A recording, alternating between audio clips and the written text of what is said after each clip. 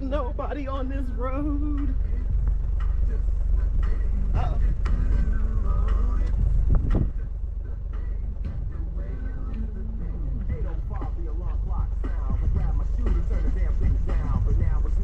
I think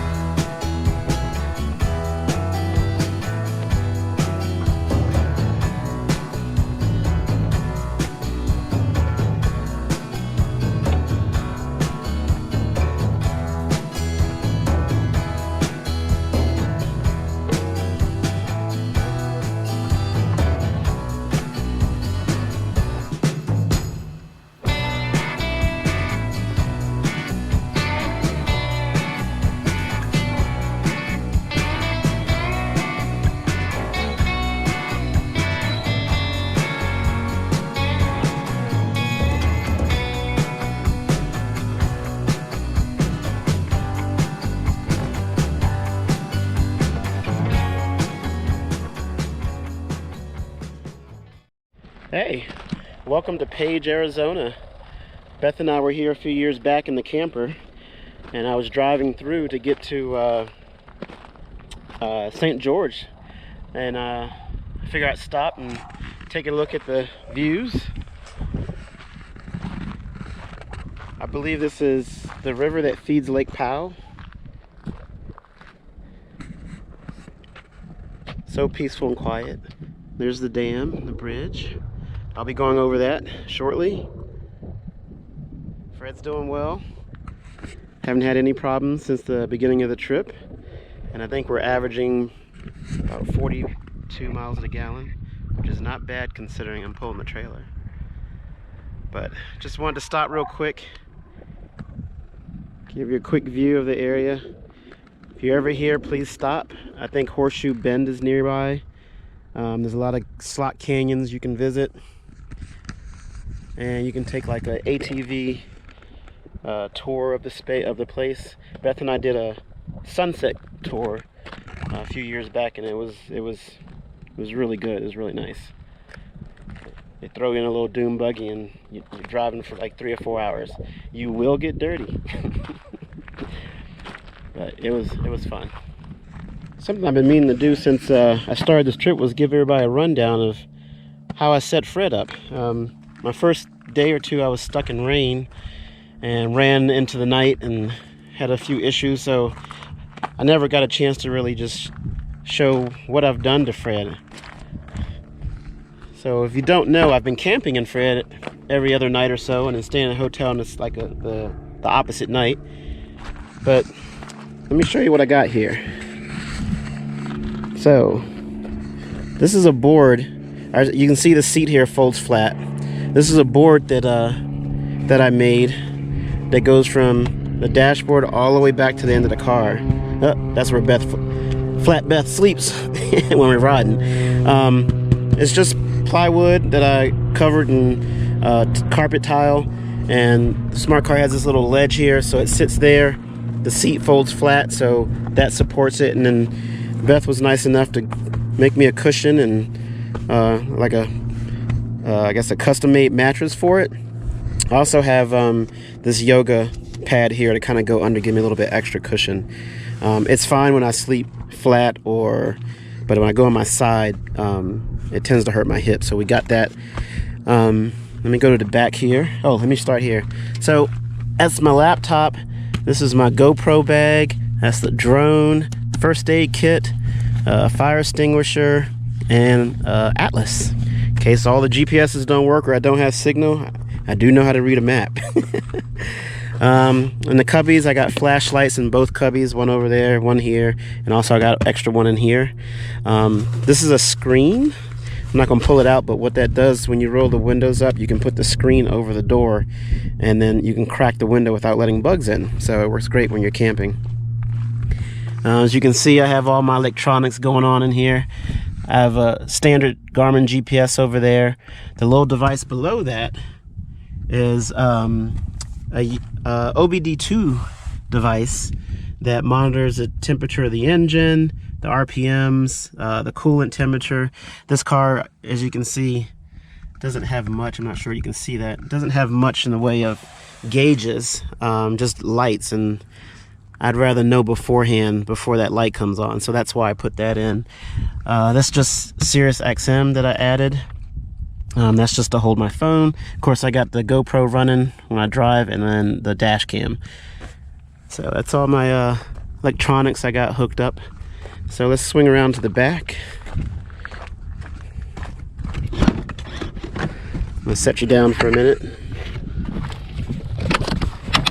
All right, so here's a pillow.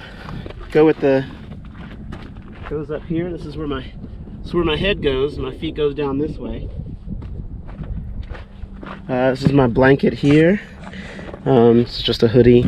I have a fan that I can hang. I have these little twisty ties up here, and I can hang my fan to blow air on me. I love having air blown on me, so I thought that'd be good for on those nights when there's no air blowing. I want to have the windows up, but it works really well. It's a rechargeable fan, and it also has like a let me show you here. It has a night light, or a light if you need it. Of course, my blanket. I'm not going to talk about that, but just to say that's for protection.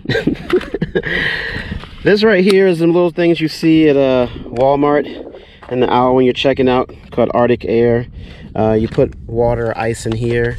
This runs off USB and a regular outlet, and it basically blows cool air on you. So I didn't know how hot it would be, and I thought maybe you know, if I was asleep in the car, I'd want some cool air blowing on me. These are for my window.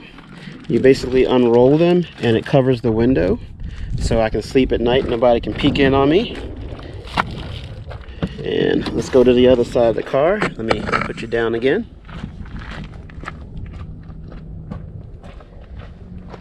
Alright, so there's my cooler in here. I keep all my drinks, water, Gatorade, things that need to be refrigerated. I have a little let me see again. Let's go back to here. So this is my cooler. Got this at Buc-ee's actually. And once you get, it's hard to do. Once you get it cold inside, it will hold ice for like 3 days. So I keep my water, Gatorade, any type of drinks here. It's also where, oh, the top came off. It's also where you can keep things that you want to keep refrigerated. So I have my jelly for my peanut butter and jelly, of course. I got some hot dogs and then some mustard for the hot dogs. This is just a, I think a cereal container that I put them in. Close it back up. Must have popped off when I was off-roading Fred earlier.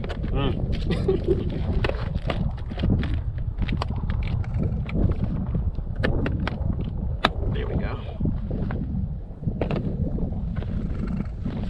Out the way for a minute.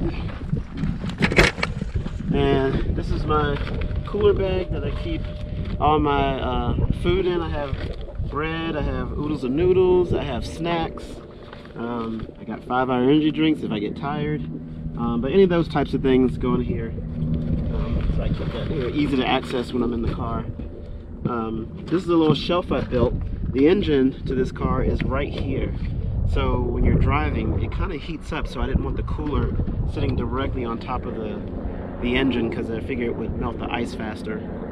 So I built this little shelf here to keep the cooler up above it, which seems to be working well, but it also made space for this, which is my butane stove, which you know, I haven't used it yet, but that's the plan, to use it for like making hot dogs or boiling water. The whole point of this trip was to see how cheap I could do it, or cheaper to do it. Try not to spend every night in the hotel, and as of yet, I've been out for, this is my 4th day. I've yet to buy any food, so I've been using everything that I brought with me. This right here, this smart car is a convertible. So when you put the top down, you take the sides and you put them in here. So I removed all the insides to hold the top and use it as a storage area. So got a couple of these. This one's rice and chicken, that one's spaghetti. I ate one of the spaghetti ones and it was actually really good. This is my grill. I got some, oops, sorry, there's my grill. Some extra trash bags. This right here is a kettle. It's a collapsible kettle to boil water. Got some napkins. Got some extra batteries for some of my devices. Dude wipes. I'll just leave it, dude wipes. And I got some extra power cables. So this has been really handy to store things that won't actually fit in the car, and that way I don't have to keep moving things when I'm ready to lay down in the car, because all these things kind of go in the car and I can stretch out without any issues. And so that goes in there. This is just my little, I don't know what to call it, my little extra basket. I just got an extra 2.5 gallons of gas. Got some oil right here, got a siphon. These are jack stands. So it's just things that I don't care about getting out wet or dirty, but things I thought I might need on the trip. The loneliest road in America is a little over 400 miles, 500 miles, but from what I understand, you can go stretches. When I say stretches, like over 100 and some miles before you see anything, no services, nothing. So this car only has an 8-gallon tank. Granted, it does get about 40 miles a gallon, so I don't think I'll have an issue. But just in case, extra 2 gallons of gas. All right, I'm gonna put you down right here. Move this out the way.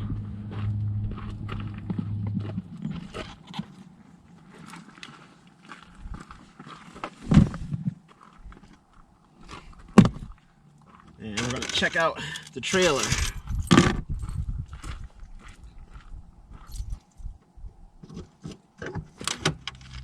Okay, so you may recognize this trailer. It's the trailer I use to pull behind our motorcycle when we take long distance trips.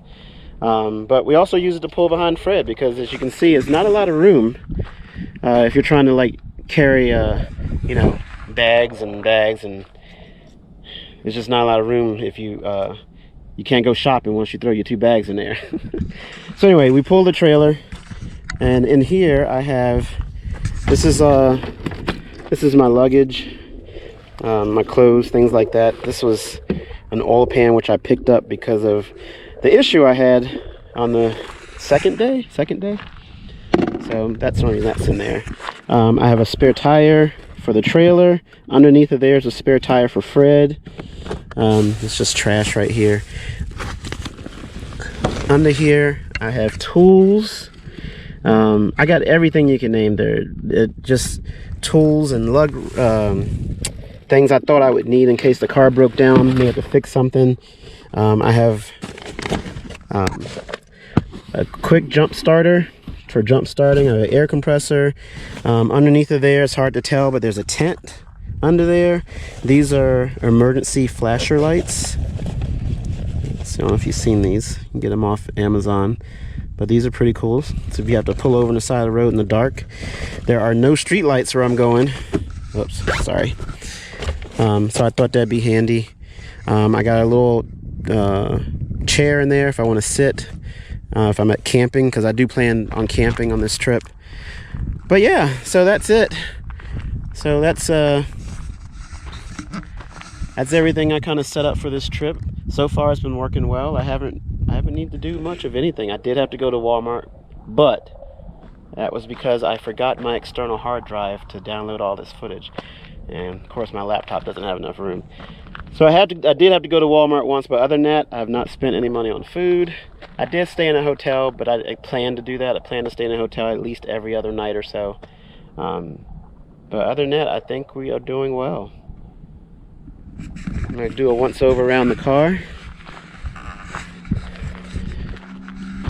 I did take him off-road a little bit earlier today, so he is a bit dirty.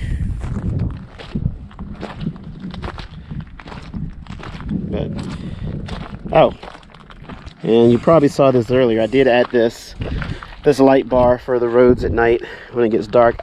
I don't plan on doing a lot of nighttime driving, at least I don't want to. But you never know. But that definitely came in handy the first 2 nights. Ooh, somebody's calling me. Sounds like the woman. It is the woman. All right, hold on. Hi to the camera. I was filming, talking about the car when you called, and I said, "Oh, it must be the woman." See what technology does? We can hang out and be in totally 2 different parts of the country. I know. I saw you on the map, and I was like, ah. Yeah. It's such a pretty place. It is. It really is. It's nice and quiet. Yeah? You the only one out there? There are probably 5 or 6 cars down in the lower level. I'm kind of on the upper level of this little plateau thing here they built next to the river. Yeah. The water level's really low. It is. It's about 100 feet low. So it's a figure out stop. We were here, what, 3 years ago? Yep. Doing some more off-road than Fred, obviously. But he's handling it. He's handling it. Nice. You having dinner there? No, I was explaining to people who are watching this video, if they're going to watch it, everything I did to Fred to make this trip. So I kind of pulled things out as I was filming it. So if they're still watching, they're hearing this again. Oh, how But nice. I'm going to turn them off so I can talk to you, and I'll get back to them. I was almost done anyway. Okay. Say bye. Okay, that was the woman. She's still on the phone, so I think I'm going to chat with her when I drive for a little bit. With technology, we can actually FaceTime while I drive, so we're going to chat a little bit. So I'm going to sign off here until we get to St. George. And I may not check in until tomorrow, depending on what time I get there. So see you then. Good morning. It's Wednesday. Today's the day. I finally hit the loneliest road in America. I just left St. George, had a good night's sleep. I have about 200 miles to get to Ely, Nevada, where I'll pick up the loneliest road, and I'm going to take that out to Fallon, Nevada. So I'll catch up with you there. Look at these views.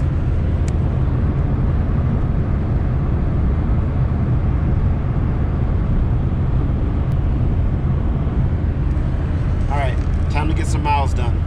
Check back with you later.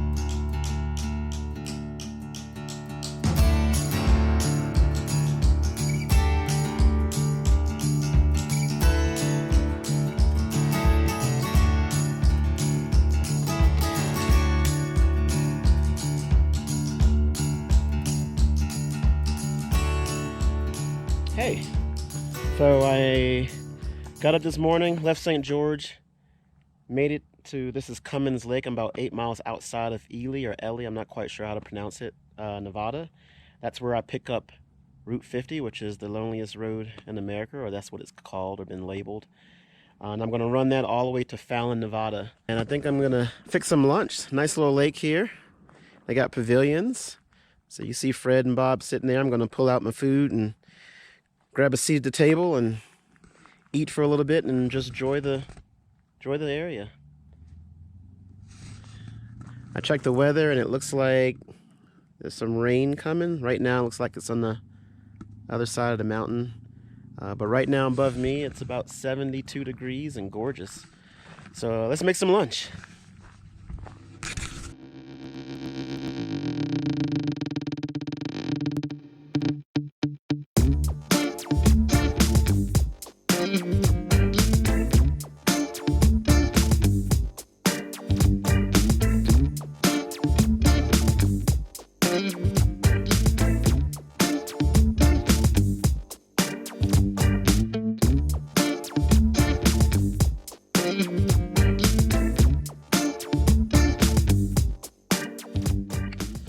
See what we got going here. Didn't take long. Already hot. So yeah. I'm going old school. No buns. I'm just going to use regular old bread. So it didn't take long. I'm not sure you can see the fire, but this little thing's heats up pretty quick. Alright. Let me get everything ready, get my bread out, get my mustard out, get some chips, and let's sit here and have some lunch. You can't beat this. Look at this. Very peaceful.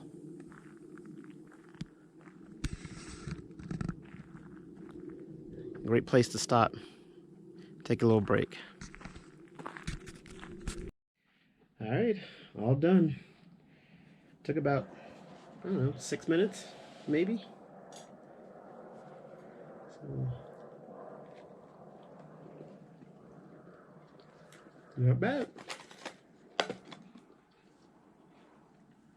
I'm gonna eat my lunch and get packed up. I'm stopping Eli, or Ellie. Gas up. I'm down to, I think, 3/4 tank. And gas up. And there's a ghost town that Beth said is somewhere near here. I may stop in there and check it out. Other than that, I will be on the road, the loneliest road in America, for the next 4 to 5 hours, depending on how much I stop. There's a few things along the way I want to see. Hopefully I won't get caught in any rain, but you know, it's part of the adventure. I got caught in rain yesterday in Monument Valley, and it was gorgeous even with the rain. So just rolling with the flow. Alright, just like that, we're cleaned up and ready to go. I was going to throw the drone up in the air and see if I can get a good aerial shot, but then this happened. Let me know if you guys know what this is.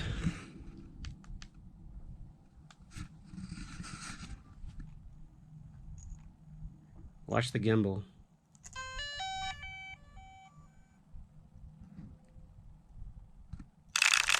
Yeah.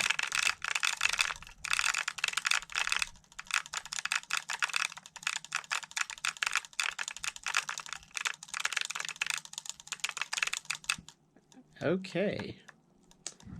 Looks like it's having a seizure. Let me turn that off before it really dies. Okay. So it looks like no aerial shots for me for the rest of the trip. I guess I'll have to call DJI and see if I can get it fixed. I'm not quite sure what that is or if it's something I can fix. So I will see you in a little bit. Getting on the road.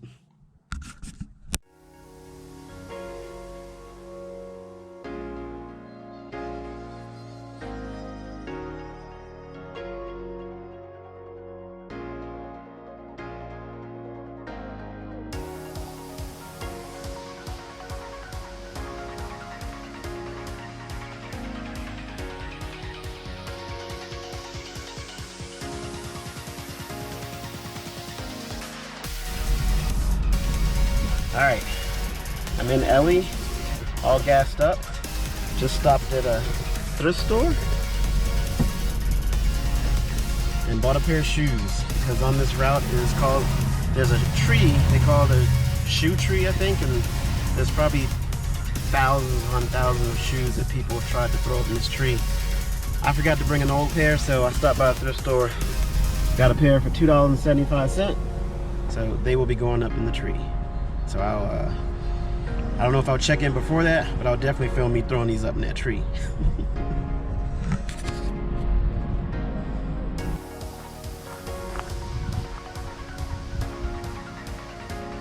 Here we go.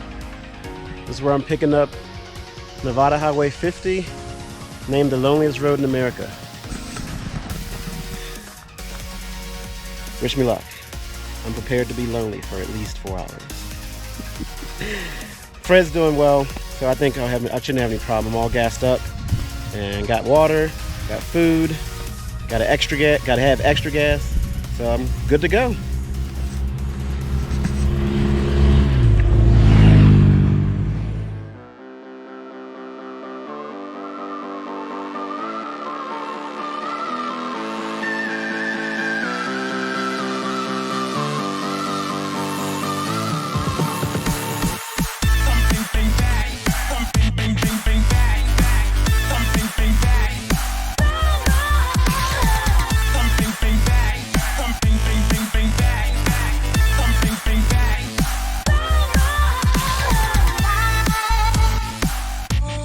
I'm about 20 miles in. It's starting to get lonely. I could probably lay down in the middle of this road. But I'm gonna get in the car because it's starting to rain.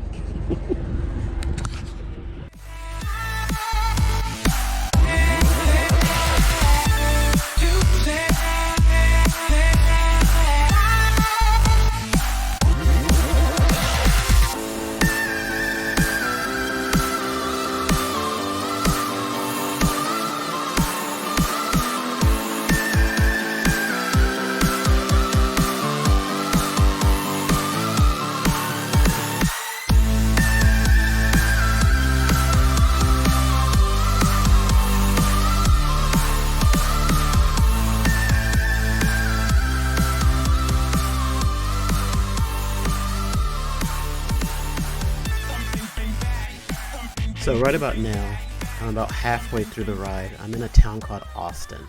This is also one of the few towns that has gas, so I stopped to top off the tank. And while I was there, I decided to visit a monument called Stokes Castle. Little did I know I'd have to take Fred off-roading again, but I couldn't come this far and not see it. And it is an adventure, so why not?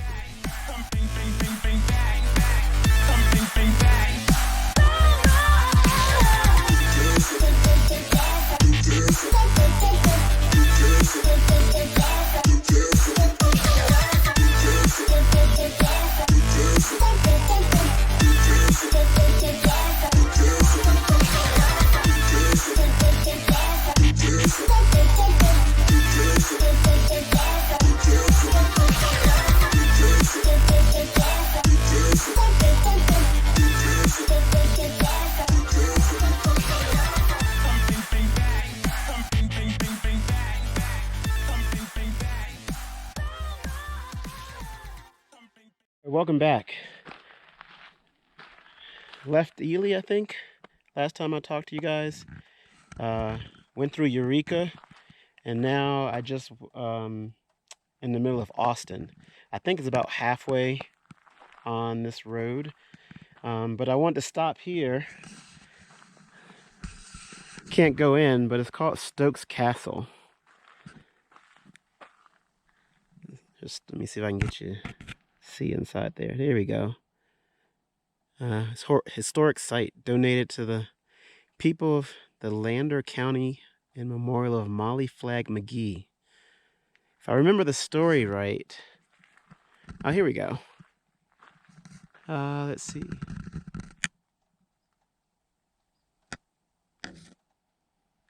Maybe not.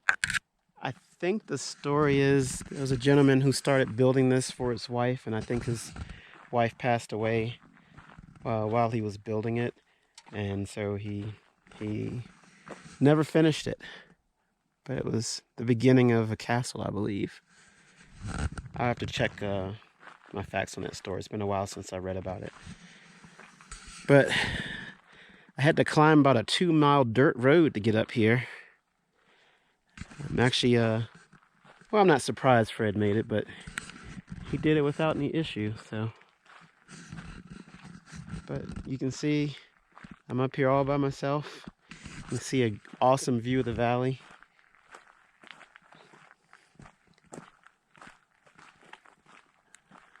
It's a bit of an overcast. I've driven through probably about 3 or 4 bands of rain, and then it kind of opens up, and then it rains again.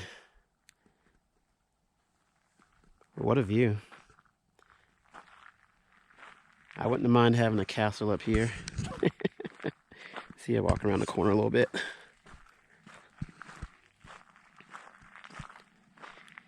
Yeah, these towns are so small that literally if you blink, you're gonna miss it. I went through Eureka and didn't realize I'd gone through it. I had to turn around just to go see it. But let's see if we can get above these trees.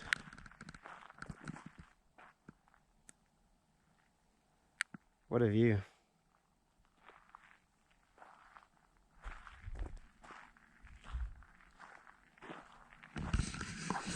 So, it's Stokes Castle.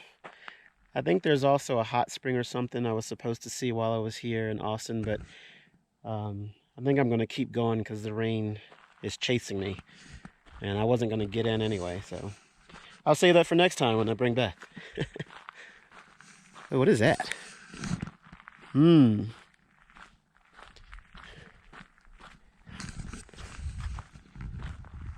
of my friends would say, go check it out.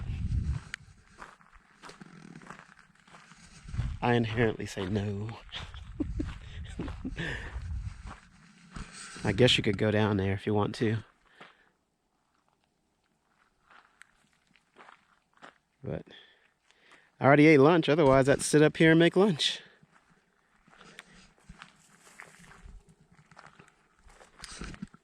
I'm not sure if we can see what's in there. Probably not. Looks like the beginnings of a fireplace, maybe. Interesting. Alright, well, I'll check my facts on the Stokes Castle and make an updated video about it if I was incorrect. I'll take a few pictures and keep moving. I'm about halfway, like I said, and I want to get through this before it gets dark. There are no, and I mean no lights, street lights or anything. It's not as lonely as I was thinking, or my definition of lonely is not what this road is. I think it's called that just because of how long it is and the stretch it takes from one place to the other between towns. But there's been quite a bit of traffic, so I haven't felt by myself. Not that that bothers me. I love doing these types of trips. I love driving, and exploring. That's just what I like to do. So this is therapeutic to me. So I know people think I'm crazy for taking these long trips, but it's just what I like to do. Sit in the car, listen to music. Everybody knows I love music, so, and I love to drive, so there's 2 things I like to do that I can do all by myself if I want to. Don't get me wrong, I would love to have Beth here, but she couldn't make this trip, so I'm FaceTiming her, I'm calling her, I'm keeping in touch with her, I'm sending her pictures to include her, and we'll plan to come back again when she has time. So one last look at the valley, and then I'm going to get back on the road. So here we go.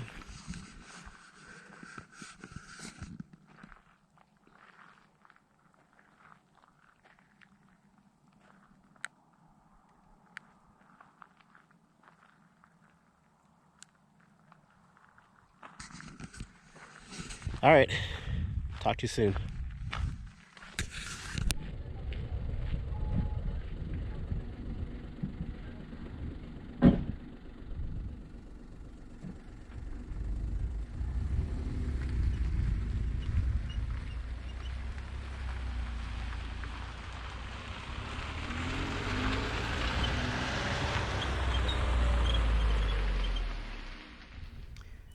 With it starting to get dark and running through a few rain and thunderstorms, I didn't stop much on the rest of the drive to Fallon, and although the road was beginning to be more of the same, the quick changes in weather continued to give me spectacular views. I did manage to find and stop at the shoe tree, but from there, it was smooth sailing all the way to Fallon.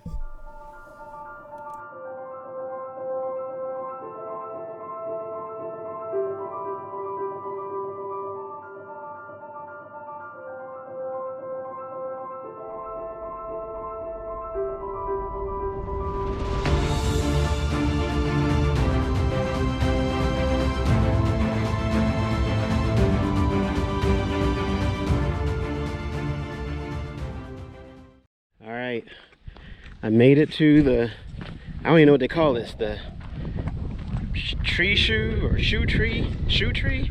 Check it out. Look at all these shoes. Somebody really had to throw them to get them up there. There's tons of them, thousands of them down in the underneath that didn't make it or fell off the tree. I guess my question is, if you throw and miss, can you go back? Alright, I don't know if you can see that, but a pretty big animal took a dump right there. I don't know what kind that is, but that bear or mountain lion? Well, I'm gonna throw these shoes. I bought a pair of shoes at the thrift store in Ellie, $2.75. I'm gonna see if I can throw them. I guess you can get in through here if you wanna try to get them if you miss, but I'm gonna throw them and whatever happens, happens. I'm not going down there because I don't know what left that big giant piece of crap right there. Definitely not a deer. I am not checking it out. Alright, we're gonna put the camera. I'll set it right here.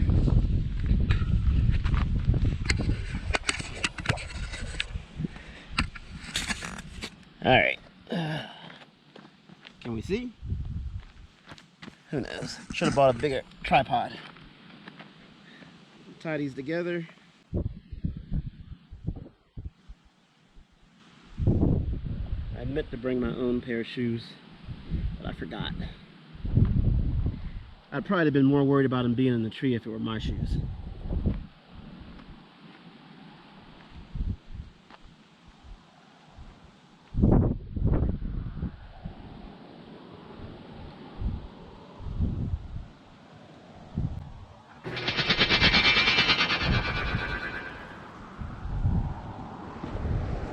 Almost.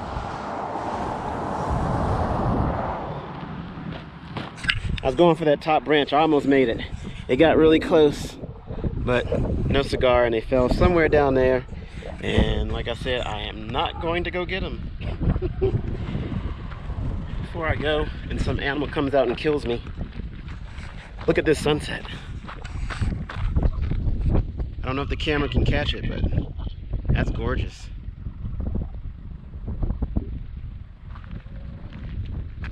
Hopefully the camera can catch this, or you can see it well. But okay, back in the car.